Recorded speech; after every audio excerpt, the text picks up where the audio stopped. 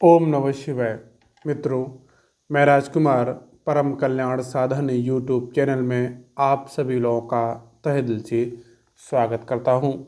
मित्रों, चर्चा को आगे बढ़ाने से पहले मैं अपने गुरुदेव आचार्य चंद्र प्रकाश जी को सहृदय नमन करता हूं एवं उनके चरणों में कोटि कोटि प्रणाम करता हूं।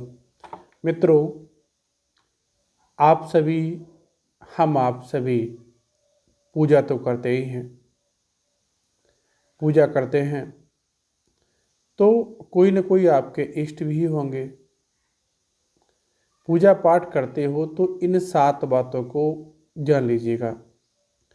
फिर कमेंट बॉक्स में मैसेज आते हैं कि पूजा तो करते हैं लेकिन फल नहीं मिलता है, तो कहीं न कहीं शायद ये कारण तो आपके सामने नहीं बन रहा है। जो आप इन 7 जो बातें हैं इनको आप इग्नोर कर रहे हैं, इनको आप इन बातों पर आप ध्यान नहीं दे रहे हैं।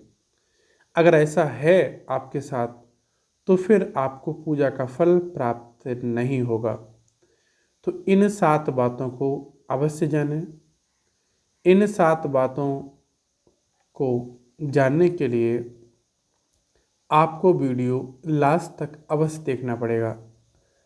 अगर आप वीडियो को बीच में ही स्किप करते हैं तो आप पूरा लाभ नहीं ले पाएंगे और न ही आप इन 7 बातों को जान पाएंगे। तो जैसा आपका पहले चल रहा था वैसा ही चलेगा। अगर आप अपनी पूजा में बदलाव लाना चाहते हैं, अपनी पूजा में आप कुछ हासिल करना चाहते हैं, पूजा आप करते हैं लेकिन उससे लाभ नहीं मिलता है, तो अपनी ज़िंदगी में कुछ बदलाव लाने के लिए कुछ ना कुछ तो सीखना पड़ेगा। तो ये 4 पॉइंट हैं जो मैं आपको इस वीडियो के माध्यम से बताने वाला हूँ। तो इन 4 पॉइंटों को ध्यानपूर्वक सुनिएगा, क्या पता शायद ये गलती आप कर रहे हो। नंबर 1, बिना स्नान किए हुए तुलसी के पत्ते कभी नहीं तोड़ने हैं। ऐसा होता है बहुत से घरों में तुलसी के पत्ते चाय में डलते हैं, तुलसी के पत्ते चाय में डलते हैं, तो ऐसे ही बस सुबह को उठे चाय तो जल्दी बनती है और पूजा पाठ नहाना धोना तो बाद की बात है। भाग के गए तुलसी से पत्ते तोड़ लाए, ऐसा आपको नहीं करना है। तुलसी के पत्ते बिना नहाए धोए नहीं तोड़ने हैं, उसे देवता स्वीकार नहीं करते हैं।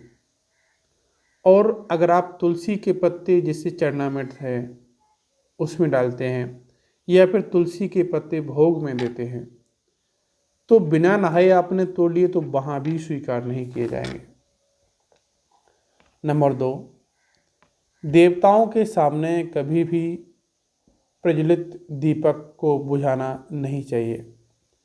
जो दीपक जल रहा है, जलते हुए आपको बुझाना नहीं है। दीपक खुद उसमें तेल समाप्त हो जाता है तो बुझ जाता है, वो अलग बात है, लेकिन आपको दीपक नहीं बुझाना है। नंबर 3, शालिग्राम पर कभी भी अक्षत नहीं चढ़ाने हैं। शालिग्राम भगवान पर कभी भी अक्षत नहीं चढ़ाने हैं। और लाल रंग मिश्रित चावल चढ़ाया जा सकता है, आप अक्षत नहीं चढ़ा सकते हैं, लेकिन लाल रंग से आप उनमें मिला लेते हैं, कलर लाल कर लेते हैं तो चढ़ाया जा सकता है। वाइट यानी सफ़ेद जैसा अक्षत होता है अपना, वैसा नहीं चढ़ाना है। नंबर 4, दीपक से दीपक को कभी भी नहीं जलाना है। कभी कभी ऐसा होता है, आपने देखा होगा, जिसे दीप यज्ञ चल रहा है, दीप यज्ञ होता है तो वहाँ पर किसी के पास माचिस होती है नहीं होती है। तो इस दीप यज्ञ में ये होता है कि हम अपने हाथ से भी एक दीपक जला दें, तो जल्दी जल्दी में बस दीपक उठाया दूसरे में लगा दिया, दूसरा उठाया दूसरे जला दिया। या दीपावली पर भी जब दीपक जलाते हैं तो जल्दी से कि बार बार कौन माचिस खर्च करे, तो बस एक दूसरे से कनेक्ट करके जला देते हैं। ऐसा कभी नहीं करना है। ऐसा आप करते हैं तो इससे क्या होता है, प्राणी दरिद्र और रोगी होता है। नंबर 5, मूर्ति को स्नान कराते समय, किसकी, गणेश भगवान की, गणेश भगवान की मूर्ति को स्नान कराते समय अंगूठे से नहीं रगड़ना है। मूर्ति को अंगूठे से नहीं रगड़ना है।